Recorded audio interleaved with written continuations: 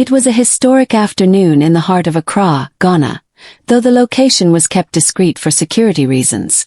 Inside a private government compound, a black Tesla Model X quietly rolled through the gates, escorted by local security and discreet international agents. The passenger, Elon Musk, tech visionary and CEO of Tesla and SpaceX. Awaiting him was President Ibrahim Traoré, the youngest head of state on the African continent, a former military officer who had recently risen to power with a bold vision, to leapfrog Africa into a future defined by technology, sustainability and sovereignty. An unlikely alliance.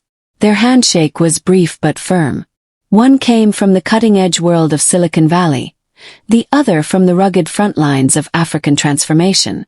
And yet, their missions converged. Build a better world by any means necessary. "I've heard you talk about colonizing Mars," President Ibrahim said, a slight grin on his face. "But what if Africa is the real frontier?" Musk chuckled. "That's exactly why I'm here." The two retreated into a high-level briefing room lined with smart glass, solar-powered panels, and maps showing vast swathes of African land rich in sun, wind, and lithium, the very resources needed for Musk's green technology empire. Africa, the next tech frontier. For hours they discussed. Tesla factories powered by African sun. Neuralink educational tools in rural communities. Starlink internet networks to connect isolated regions. And even launch pads for small satellites built by local engineers trained through a Musk-funded initiative. President Ibrahim didn't want donations. He wanted partnerships. "Our youth need jobs, not aid. Give us the tools and trust, and we'll give the world innovation from the cradle of humanity," he declared. Promised to build. By the end of the day, an agreement was in place. A pilot Tesla battery facility and an AI research hub co-run by African engineers and global talent. Musk was impressed, not just by Ibrahim's courage but his clarity. "You're one of the few world leaders I've met who actually understands the future," Musk admitted. "And you," Ibrahim responded, "are one of the few billionaires I've met who still dreams like a child." As the sun dipped below the horizon, a single tweet was posted from Musk's account. "Africa is rising. Met with a true leader today. Excited for what we build next. South Africa globe showing Europe-Africa high voltage." Epilogue. That meeting would go down as a turning point. Not just for a continent long underestimated, but for a new era of cooperation between technological pioneers and bold leadership. The world was watching. Africa was ready. The room was silent except for the soft hum of a solar-powered air system. On one wall, a digital mural slowly shifted. Desert to forest, village to city, sunrise to satellite, as if narrating Africa's timeless dance between nature and progress. Seated at a long glass conference table, Elon Musk and President Ibrahim studied a touch-sensitive screen embedded in its surface. Between them were projections of a new Africa. Electric grids, Tesla battery farms, internet nodes beaming across mountains, factories rising from old mining towns. A conversation for the ages. President Ibrahim, dressed in a hybrid of military formality and modern African style, leaned forward. His eyes were sharp, his tone deliberate. "Mr. Musk, we've been told Africa needs aid. But aid builds dependency. What we need is vision and tools." Elon Musk responded, fingers drumming lightly on the glass. "I've built factories on 3 continents. But none of them has the long-term leverage Africa has. Natural energy, untapped talent, and the hunger to build." He paused.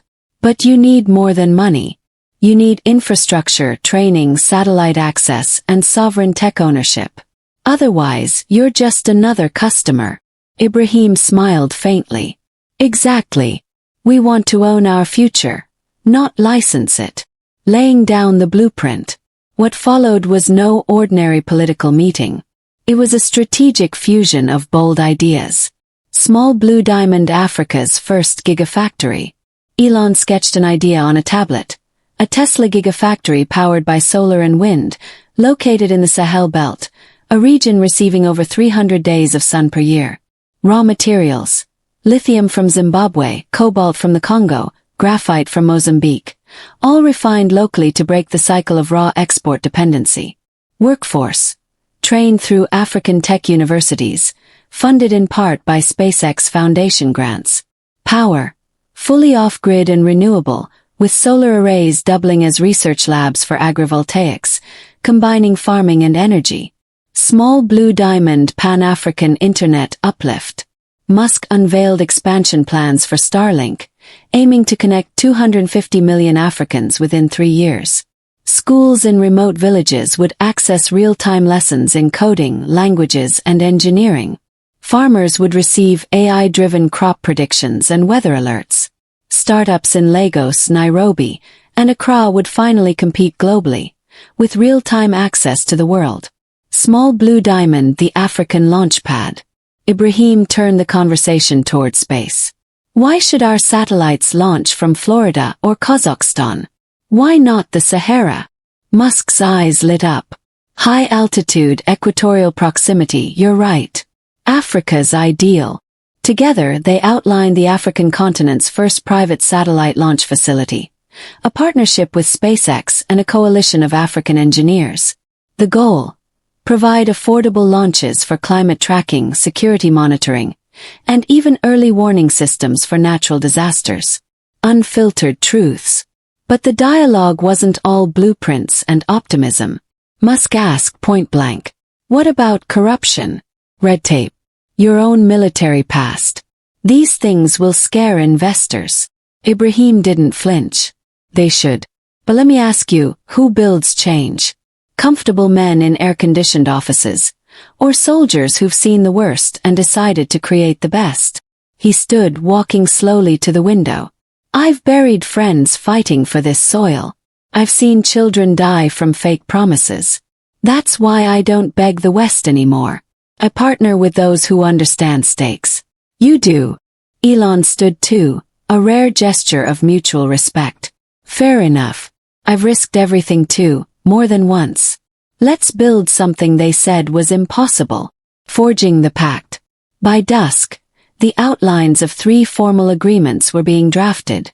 Tesla Africa, a manufacturing and energy hub to open within 18 months. The Ibrahim Musk Fellowship, a training pipeline for 10,000 young Africans in AI, engineering and green energy. The Africa X Launchpad, a private public space infrastructure initiative co-led by African and international space scientists. Before Elon departed, President Ibrahim walked him to the helipad. You'll see. In 10 years, the world won't ask if Africa can rise. It will ask how it rose so fast. Musk turned, the rotors beginning to spin. And I'll tell them. It started with a handshake in a sunlit room, and a president who understood the future before it arrived.